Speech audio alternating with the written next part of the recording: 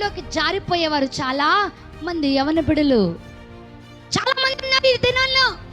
లోకంలోకి జారిపోయి ఇంత రక్షణ, ఇంత అనుభవం కలిగి ఉండి కూడా పాపాన్ని వెతుక్కుంటూ కేవలం వివాహం విషయంలో పాపంలోనికి జారిపోయేవారు చాలా మంది ఉన్నారు. ఈ లోకంలో పొందాల్సింది పొందట్లేదని వారి జీవితాల్లో విసిగిపోయి, వారి జీవితాల్లో ఇంకా రకరకాలైన అలసట చేత ప్రాణమునకు ఏం కలుగుతుందట? అలసట చేత, ప్రాణమునకు అలసట చేత పడిపోయేవారు లోకంలో చాలా మంది విశ్వాస యాత్రను ఏం చేయట్లేదు అని అంటే కొనసాగించట్లేదు. విశ్వాస యాత్రను ఏం చేయట్లేదు చెప్పండి? కొనసాగించట్లేదు. అందుకని వాక్యం ఏముంటుందని అంటే, నిందల పాలై, అవమానాల పాలై, భయంకరముగా కొరడా దెబ్బల చేత కొట్టబడి, అనేక మంది శత్రు సైన్యము, అనేక మంది వ్యతిరేకులు ఆయన మీద తిరగబడిన ఆ సందర్భాలన్నీ కూడా బైబిల్ గ్రంథంలో రాయబడి ఉన్నాయి కదా.